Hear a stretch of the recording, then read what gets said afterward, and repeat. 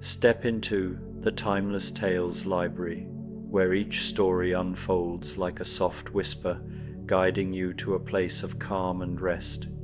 I'm Oliver, your guide, and tonight I'll weave a tranquil tale to quiet your thoughts and lead you gently into slumber. The Timeless Tales Library thrives thanks to the support of listeners like you. If these stories bring you peace, please subscribe to help us keep crafting these soothing narratives. As you cozy up, drop a comment below to share where you're joining us from tonight, and tell me a destination you'd love a story to transport you to, perhaps a misty Japanese garden, the windswept cliffs of Iceland, an ancient Egyptian oasis, or a starlit desert. Your dreams light the way for our little library's magic. Tonight's story is about a whimsical tale where familiar characters from a beloved Gothic story find themselves in an enchanted realm of twilight gardens, luminous creatures, and quiet magic. Follow Mina, Jonathan, and their companions as they discover a place where shadows dance with moonbeams, and every corner holds a gentle mystery waiting to unfold. Now, take a slow, quiet breath and let the day's events become as transparent as glass.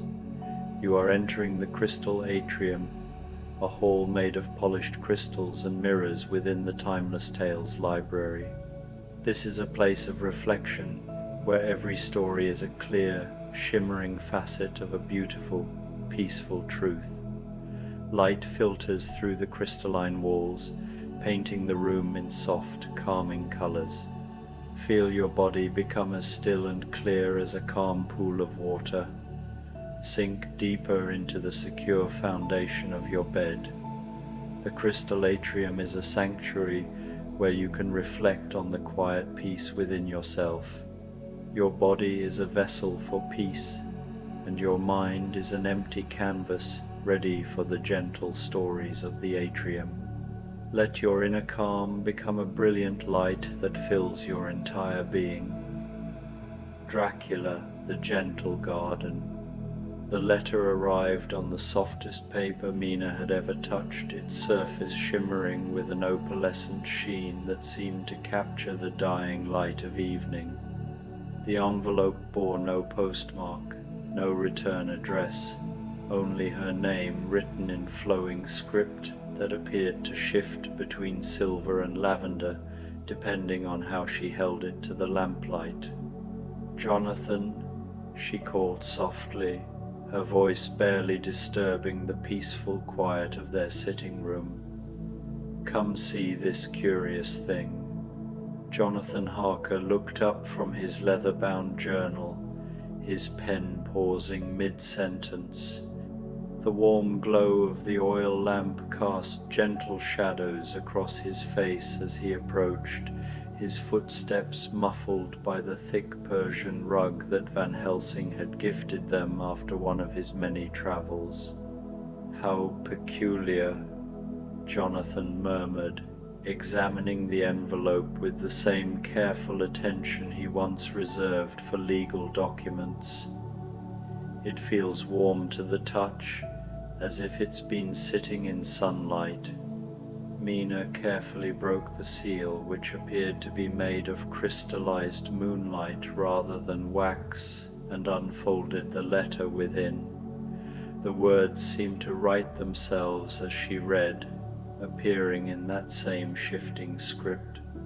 "Dear friends of light and shadow, you are cordially invited to visit the Garden of Gentle Shadows, where the boundary between dream and waking grows thin as spider's silk. The garden opens only when the first star appears in the twilight sky, and only to those whose hearts have known both darkness and dawn. Follow the path of lavender stones that will appear beneath your feet when you step outside at the moment between day and night. Bring nothing but your curiosity and your capacity for wonder. The garden keeper awaits. P.S. Please extend this invitation to the professor, the good doctor, and young Arthur. The garden has been preparing special delights for each of you." Jonathan's eyebrows rose in gentle surprise. Van Helsing, Seward, and Arthur. How remarkable that this mysterious correspondent knows our friends. Mina folded the letter carefully, watching as it transformed into a shower of silver dust that scattered like stardust across the carpet before vanishing entirely. "Perhaps we should gather them," she suggested, her voice carrying a note of quiet excitement. "There's something about this invitation that feels important, not urgent, but significant in the way that gentle revelations often are." And so, as the sun began its leisurely descent toward the horizon, painting the sky in watercolor washes of rose and gold, messages were sent. Dr. John Seward received his invitation written in morning dew on his window. Professor Van Helsing found his tucked between the pages of an ancient botanical text he was certain he had never owned. Young Arthur Holmwood discovered his floating in his teacup, the words appearing in the swirling cream like a message from some benevolent spirit. At Mina and Jonathan's cottage, the group gathered. Van Helsing brought a small bag, Dr. Seward a thermos of chamomile tea, and Arthur, breathless, announced the street lamps had lit his way with shadows of strange blossoming trees. "Our adventure has already begun," Mina said. Outside, the familiar cobblestones were now a path of glowing lavender stones. Van Helsing examined them, murmuring, "They appear to be crystallized amethyst, kissed by moonbeams." The air carried a personal, comforting scent for each of them. They began to walk. The stones brightened as they passed, and the countryside transformed. Hedgerows became sparkling vines with light-speckled blooms. Moths with stained glass wings fluttered, spelling out welcome messages. "Look there," Dr. Seward said, pointing to an oak. Its bark was covered in symbols that shifted. Van Helsing noted, "They are not carved, they grow and change like writing in sand." Arthur attempted to sketch them, saying they looked like music for uncomposed songs. As they walked, the landscape grew more dreamlike, with hills shimmering and trees bearing leaves of impossible colors. After what felt like moments and hours, they arrived at an archway of two enormous trees. From it hung an ornate gate made of crystallized spider webs and morning dew. "Welcome," said a voice like silver wind chimes. From behind the gate stepped the garden keeper, a figure of starlight and shadow. Their robes shifted between deep purple and midnight blue. "The garden exists in the spaces between," they explained, their voice resonating in the listeners' hearts. "Between sleeping and waking, for those who have walked through darkness." The garden keeper gestured them inside. "In this garden, you are guests of wonder itself, and wonder transforms all who truly encounter it." One by one, they passed through the gate. As each person crossed the threshold, the crystalline barrier chimed a different note. Mina's with a silver bell, Jonathan's with a cello, Van Helsing's with a wind chime, Seward's with a flute, and Arthur's with a church bell. Beyond the gate, the garden unfolded like a living manuscript, with paths of luminous stones and flowers of nameless colors. The garden keeper led them to a pavilion made entirely of light, a structure of hundreds of glowing plants. "This is the heart of the garden," the keeper explained. Inside, cushions of captured clouds surrounded a geode table. A tea service, with a pearl-like teapot and cups carved from translucent stone, awaited them. The tea itself was liquid starlight. "This is dream tea," the keeper said. "It will help you see with the eyes of sleep." Dr. Seward noted the liquid's strange depth, but Van Helsing urged him to simply experience it. As they drank, the tea tasted different to each person. To Mina it was Sunday mornings and rain, to Jonathan ink and parchment, to Van Helsing ancient wisdom, to Seward healing, and to Arthur laughter and music. "Now," the keeper said, "let me tell you about the wonders you'll find here. This is not a garden where one simply observes, it is a place where one participates in the magic of growing things and quiet moments." Their first stop was a grove where trees were stories. Each trunk held words that grew and shifted, forming new tales. "These are the story trees," the keeper explained. "They grow from seeds of imagination and are never the same twice." Mina placed her hand on a birch. The words glowed and formed a story about a keeper of forgotten dreams. When Jonathan joined her, his story began to interweave with hers, creating a new tale about a scholar of daylight dreams. Van Helsing found an oak whose bark told a story of healing and compassion. Dr. Seward read a willow's tale of healers and courage. Arthur, drawn to a cherry tree, discovered stories of friendship. Each tale felt written specifically for them, brief as haikus or long as epic poems. "The trees remember," the keeper said. "Every person who reads their stories leaves behind a piece of their own wonder. In this way, the stories grow richer with each telling." Beyond the story grove was a clearing with a fountain of liquid light. Around it were creatures that defied categorization but seemed at home. Cats with fur of captured aurora borealis purred like distant thunder. A wisdom-filled owl perched on Van Helsing's shoulder and showed him the garden from the sky.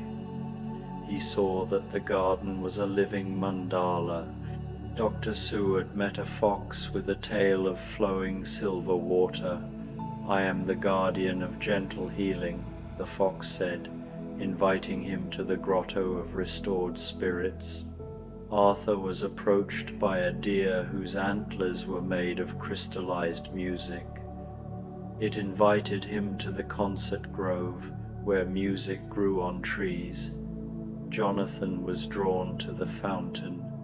The bubbling light formed shapes, faces, landscapes, scenes from stories. He saw a couple reading together by candlelight. "The fountain of shared dreams," the garden keeper said. "It shows the dreams that connect souls across time and space." Dr. Seward walked beside the silver-tailed fox, along a path bordered by plants that seemed to pulse gently with their own heartbeat. The vegetation here was unlike anything he had studied in his medical texts.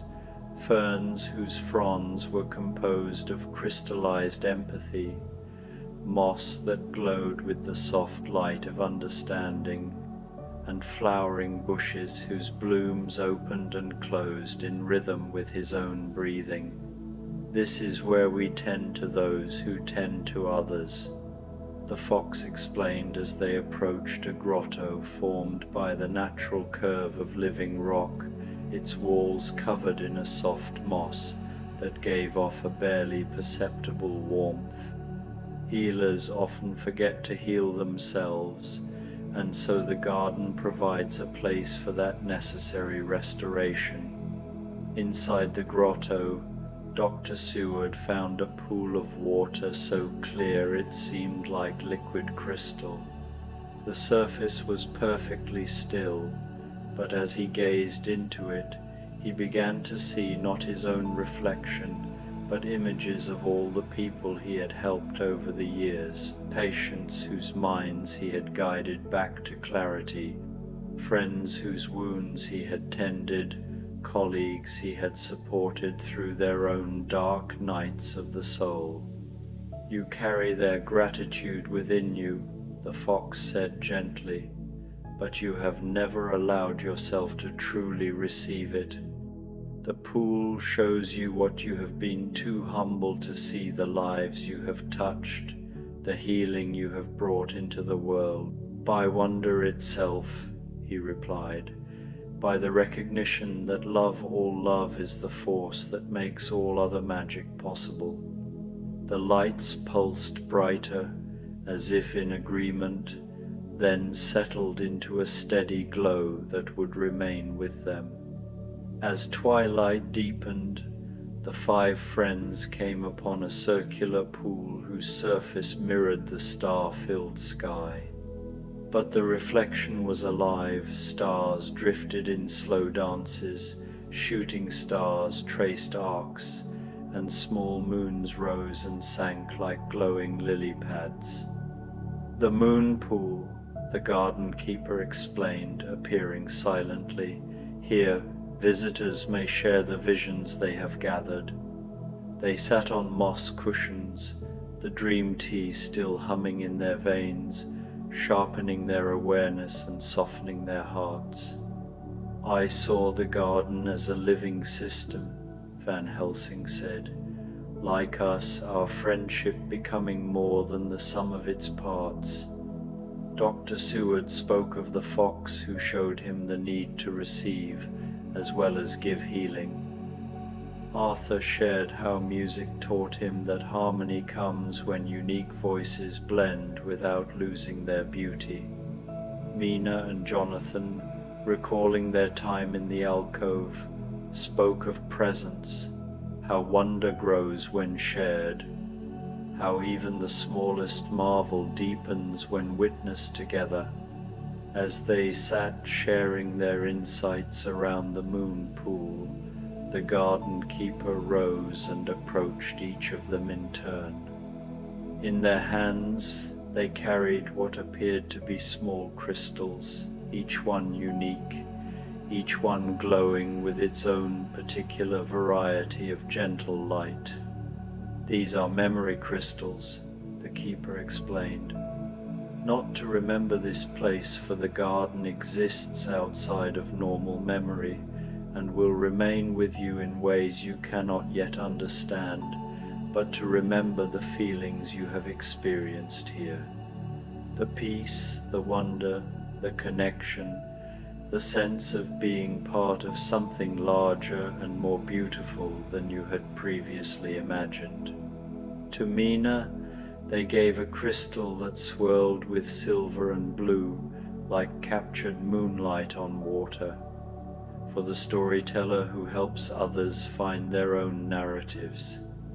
To Jonathan, a crystal of warm amber shot through with golden threads, for the keeper of words who builds bridges between hearts and minds. To Van Helsing, a crystal that contained what looked like an entire miniature universe, complete with tiny, slowly spinning galaxies. For the seeker of truth who has learned that the greatest wisdom is knowing when to simply experience rather than analyze. To Dr. Seward, a crystal of soft green light that pulsed like a gentle heartbeat, for the healer who has learned to heal himself as well as others. To Arthur, a crystal that seemed to contain frozen music, its facets catching and reflecting harmonies visible to the eye. For the one whose generous heart creates harmony wherever he goes. These crystals will rest quietly in your pockets, the garden keeper explained, and whenever life becomes overwhelming, whenever you need to remember that magic and beauty exist in the world, you need only hold your crystal and breathe deeply. You will find yourself carrying a small piece of the garden's peace with you wherever you go. As they prepared to leave, the garden keeper led them to a different gate than the one through which they had entered. This one was formed by two enormous weeping willows, whose branches had grown together in graceful arcs, creating a doorway that seemed to shimmer with gentle possibility. Time flows differently in the garden, the keeper explained. You may find that no time at all has passed in your world, or perhaps only a few minutes.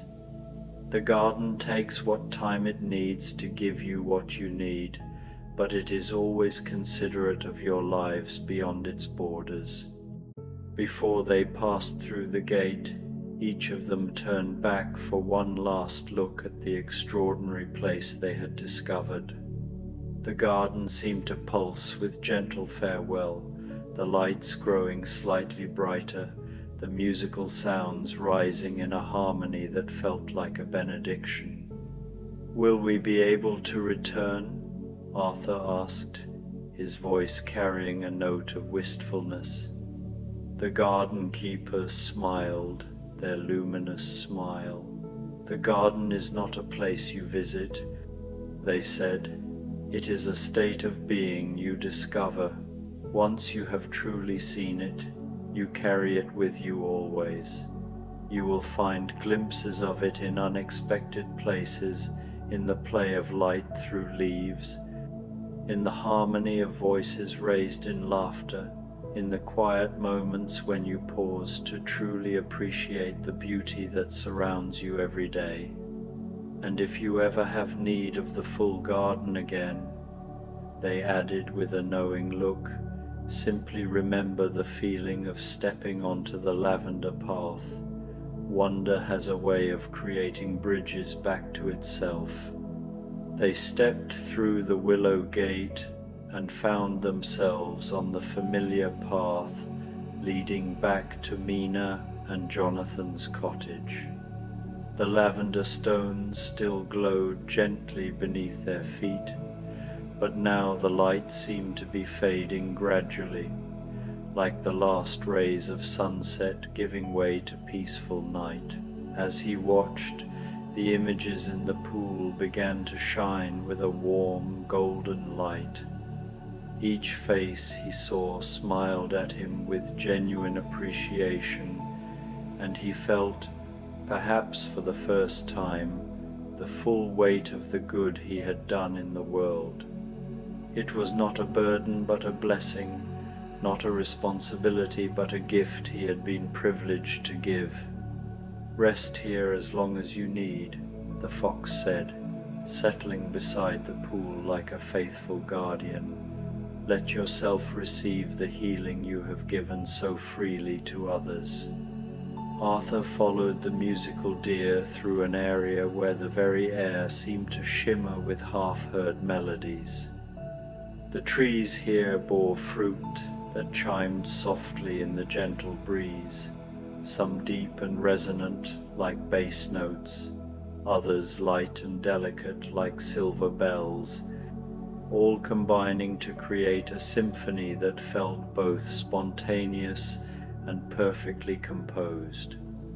"The music grows wild here," the deer explained, its antlers catching and amplifying the natural harmonies around them. "It springs from joy, from the connections between living things, from the simple pleasure of existing in harmony with the world. They entered a circular grove where the trees had grown in such a way as to form a natural amphitheatre.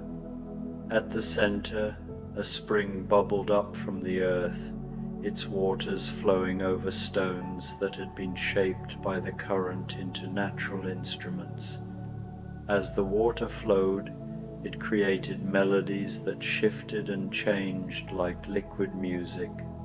"Play with us," the deer invited, and Arthur noticed that scattered around the grove were instruments unlike any he had ever seen.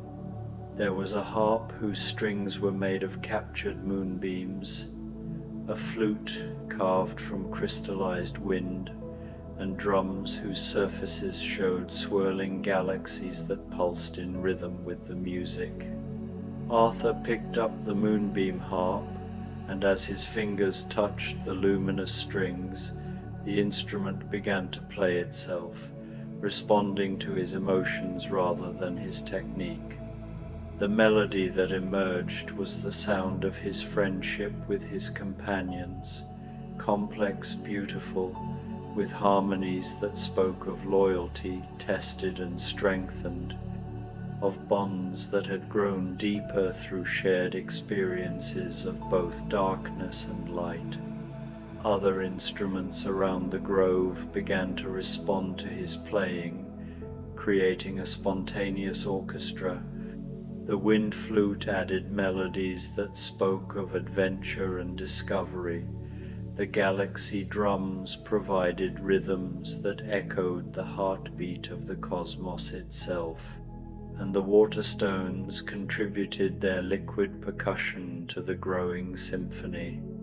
"This is how music was meant to be," the deer said, its antlers now resonating with harmonies that wove through the other sounds, like silver threads through tapestry.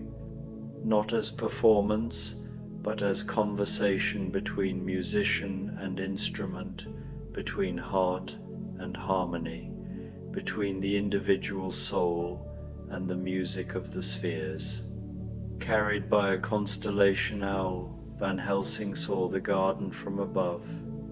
The owl's vision revealed layers of reality invisible to humans, showing streams of energy connecting all living things. "See how the garden teaches," the owl said. From this high perspective, Van Helsing saw that the garden was an ecosystem of wonder. The story grove fed the concert grove, which nourished the grotto of restored spirits. Each part supports the others, he realized, like friendship. "And see how each visitor adds to it?" the owl asked. Mina's curiosity created new pathways. Jonathan's appreciation strengthened the trees. Seward's healing nature deepened the pools, and Arthur's musical heart added new harmonies. Van Helsing watched these changes happen in real time. "And you, Professor," the owl continued, "your understanding adds to it." As he watched, golden threads of light appeared, connecting everything. He saw how the musical waterstones matched the cat's breathing, how the story tree's symbols corresponded with new constellations. Everything in the garden was engaged in a vast, gentle dance of mutual creation. While their friends explored, Mina and Jonathan wandered down a path of rose quartz stones to a new area. The garden was arranged into outdoor rooms, each designed for peaceful companionship. The first was an alcove formed by flowering bushes, with a single tree whose roots made perfect seats for two. "It's almost as if the garden knows," Mina said, settling onto a moss-cushioned root. "Knows what?" Jonathan asked. "That the deepest magic happens in simple moments like this," she replied, "when two people sit together and just exist in each other's company." Above them, the tree's leaves whispered secrets about how love grows gradually, nourished by kindness and shared silences. Tiny lights appeared among the leaves, descending to settle on their shoulders and in their hair, pulsing in rhythm with their hearts. "We are being blessed," Jonathan realized. "By what?" Mina asked. Behind them, when they turned to look, the gate had become simply two ordinary weeping willows, beautiful in their own right but no longer clearly supernatural. Only the faint shimmer in the air between their branches suggested that something extraordinary might still be accessible to those who knew how to look. "Was it real?" Dr. Seward asked, though his voice suggested he already knew the answer didn't matter in any conventional sense. Van Helsing pulled his memory crystal from his pocket, and it pulsed with gentle light in response to his touch. "Real is perhaps the wrong question," he said thoughtfully. "Better to ask, was it meaningful? Did it change us? Did it remind us of truths we had forgotten, or help us see beauty we had overlooked?" They walked in comfortable silence for a few moments, each feeling the subtle weight of their crystal in their pocket, each carrying the memory of wonder like a warm light in their chest. "I feel different," Mina said softly, "not changed exactly, but restored. As if I had been carrying dust on my soul without realizing it, and now it has been gently cleaned away." "Yes," Jonathan agreed, "like waking from the most peaceful sleep, when you feel completely rested and ready to appreciate whatever the day might bring." Arthur hummed softly as they walked, and the melody that emerged was somehow a combination of all the music they had heard in the concert grove, not a reproduction, but a translation, a way of carrying those impossible harmonies back into the world of ordinary sound. As they approached the cottage, they could see warm lamplight glowing in the windows, welcoming them home. But the light seemed somehow richer now, more golden, more alive than it had before their journey. Back in the sitting room, they settled into their familiar chairs, but everything felt subtly transformed. The colors seemed more vivid, the textures more nuanced. The fire in the hearth burned with flames that danced in patterns that reminded them of the garden's gentle lights, and the shadows it cast on the walls seemed friendly, protective rather than dark. Van Helsing pulled out his notebooks, but instead of writing analytical observations, he found himself sketching flowing, organic shapes that captured not the appearance of what they had seen, but the feeling of it. Dr. Seward sat quietly, one hand resting over his crystal, his face peaceful in a way his friends had rarely seen. Arthur had taken out a small wooden flute and was playing soft, improvised melodies that seemed to call back faint echoes of the garden's music. "I keep expecting to wake up," Jonathan said, settling beside Mina on the small sofa near the window, "but I don't think I want to." "Perhaps," Mina suggested, leaning comfortably against his shoulder, "we're finally waking up. Perhaps everything before the garden was the dream, and this clarity, this peace, this sense of connection to something wonderful, this is what being truly awake feels like." Through the window, they could see that the ordinary English countryside had returned, but it no longer looked quite ordinary. The moonlight seemed softer, more welcoming.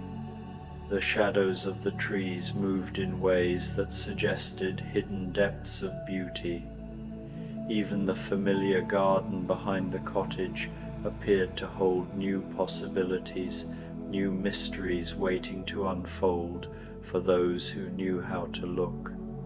"I have been thinking," Van Helsing said, closing his notebook and looking around at his companions, "about the nature of transformation. We have all, in our various adventures, learned that darkness exists in the world. But tonight we have learned something equally important, that wonder exists as well, and that it is just as real, just as powerful, and far more healing. The garden showed us that we don't have to choose between acknowledging darkness and celebrating light." Dr. Seward added, "We can hold both truths simultaneously, and in doing so, we become more complete, more capable of helping others navigate their own journeys through shadow and illumination." As the evening deepened into true night, they began to notice small changes in their immediate environment. The crystals in their pockets seemed to be having a subtle effect on their surroundings. Wherever Mina sat, small flowers appeared to bloom in the patterns of the Persian rug. When Jonathan wrote in his journal, the ink seemed to shimmer slightly, as if his words carried extra meaning. Van Helsing's scientific instruments registered readings they had never shown before, not alarming, but suggesting the presence of beneficial energies previously unknown to science. Dr. Seward found that the chamomile tea he had brought now had therapeutic properties beyond anything in his medical experience. When Arthur hummed, the flames in the fireplace danced in perfect rhythm to his melodies. As the evening deepened into true night, they began to notice small changes in their immediate environment. The crystals in their pockets seemed to be having a subtle effect on their surroundings. Wherever Mina sat, small flowers appeared to bloom in the patterns of the Persian rug. When Jonathan wrote in his journal, the ink seemed to shimmer slightly, as if his words carried extra meaning. Van Helsing's scientific instruments registered readings they had never shown before, not alarming, but suggesting the presence of beneficial energies previously unknown to science. Dr. Seward found that the chamomile tea he had brought now had therapeutic properties beyond anything in his medical experience. When Arthur hummed, the flames in the fireplace danced in perfect rhythm to his melodies. The garden gave us more than memory, Mina realized. It gave us the ability to carry its magic into our everyday world. Not magic in the sense of supernatural power, Jonathan clarified, but magic in the sense of enhanced appreciation, deeper connection, greater capacity for wonder. Van Helsing nodded thoughtfully. The ancient texts speak of states of consciousness, where the boundaries between self and world become more permeable, where one begins to see the divine in the ordinary. Perhaps this is what we have been given, not the ability to perform miracles, but the eyes to see that miracles are happening around us constantly. "Look," Arthur said softly, pointing toward the window. Outside in their ordinary garden, something extraordinary was happening. Fireflies had appeared, not unusual for the season, but these fireflies were moving in patterns, creating flowing scripts of light in the air. As they watched, the insects spelled out a single word in letters of living light: "Remember." Then, as if they had completed their message, The fireflies dispersed into the night, leaving behind only the gentle darkness and the profound sense that they had been given a gift of immeasurable value. After their visit to the Garden of Gentle Shadows, the friends' lives were touched by a subtle magic, an enhanced capacity for wonder. Mina found stories flowed easily, but she also noticed the narratives in daily life, from sunlight on the floor to her garden's transformations. Jonathan's legal work became a creative art. His documents left clients feeling uplifted. Van Helsing's research gained new dimensions, complemented by an intuitive understanding of connections. His lectures became truly inspiring. Dr. Seward's practice was transformed by his ability to see the healing potential in everyone, and his patients left healthier than before. Arthur's music moved listeners to tears of joy and inspired acts of kindness. Wonder, it seemed, was contagious. The people around them also began to find magic in daily life.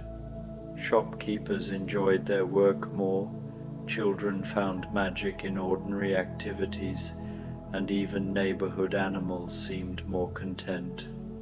1 month after their visit to the garden, they gathered again in Mina and Jonathan's sitting room for what had become a weekly tradition. Each brought something to share: a story, a piece of music, a scientific observation, a moment of healing witnessed or experienced, a simple pleasure discovered in an ordinary day. Van Helsing had brought sketches of cloud formations that seemed to change meaning depending on the angle from which they were viewed. Dr. Seward shared observations about the therapeutic effects of beauty on his patients' recovery times. Arthur had composed a piece of music inspired by the sound of rain on different types of leaves. Jonathan had written a short story about a library where books rearranged themselves to provide exactly the story each reader needed. Mina had pressed flowers from their garden and discovered that arranged in certain patterns, they created mandalas that seemed to pulse with their own life. "The garden continues to grow," Mina observed as they shared their weekly wonders. "Not just in the place we visited, but in each of us and through us, in the world around us. It occurs to me," Van Helsing said, sipping tea that seemed to taste slightly of starlight, "that we have become gardeners ourselves. We plant seeds of wonder wherever we go, and we tend the gardens of possibility that grow in the hearts of those we encounter." Through the window, they could see their own garden, now somehow more beautiful than it had ever been. The roses bloomed in colors that seemed to hold extra depth. The herbs released fragrances that carried hints of places beyond the ordinary world. And the old oak tree had developed a habit of dropping its leaves in patterns that looked almost like messages written in a script of gold and amber. "Do you think," Arthur asked, "that other people will find their way to gardens like ours? That wonder is always available, waiting for those who are ready to see it." The garden keeper's voice seemed to whisper from the very air around them, though they could not see their luminous form. "Wonder is the birthright of every soul. It waits patiently in the spaces between thoughts, in the pause between heartbeats, in the moment when the mind stops trying to categorize and control, and simply allows itself to be amazed." Years passed, though in the way of the best stories, time seemed less important than the accumulation of wonder. The 5 friends grew older, but they grew older gracefully, maintaining the capacity for amazement that their visit to the Garden of Gentle Shadows had awakened in them. Their weekly gatherings became legendary in their small community. People would find excuses to walk past the cottage on those evenings, drawn by the warmth of the lamplight and the sound of conversation that somehow made everyone who heard it feel more hopeful about the world. Some visitors, those who came with hearts prepared for wonder, would occasionally notice that the shadows in the cottage moved in ways that suggested depth beyond the physical, or that the light from the windows seemed to carry colors that had no names in ordinary spectrum. A few, very few, reported seeing brief glimpses of crystalline creatures perched on the windowsills, or catching the sound of music that seemed to come from the flowers in the garden. And sometimes, on evenings when the first star appeared just as the last light of day was fading, observers would swear they saw 5 figures walking down a path of gently glowing stones that led away from the cottage toward horizons that seemed to exist in more than 3 dimensions. But whether these were literal sightings or metaphorical truths, whether the Garden of Gentle Shadows existed as a place one could visit or as a state of being one could achieve, mattered less than the simple fact that wonder had taken root in their world and was growing, spreading, offering its gifts to anyone ready to receive them. In the end, the greatest magic of the Garden of Gentle Shadows was not that it provided an escape from ordinary life, but that it revealed the extraordinary nature of life itself, the constant miracles of growth and connection, the endless creativity of existence, the profound beauty available to anyone who pauses long enough to truly see. And so they lived, not happily ever after, for happiness is too simple a word for what they found, but wonderfully ever after, in a world made richer by their ability to see its hidden depths, hear its unspoken songs, and plant seeds of amazement wherever their paths might lead. On quiet evenings, when the boundary between day and night grows thin, and the first stars begin their ancient dance across the darkening sky, it is said that the Garden of Gentle Shadows sends out new invitations, written on paper that feels like captured starlight, to those whose hearts are ready for wonder. Perhaps, if you step outside at just the right moment and look for them with the eyes of possibility, you too might notice lavender stones beginning to glow beneath your feet.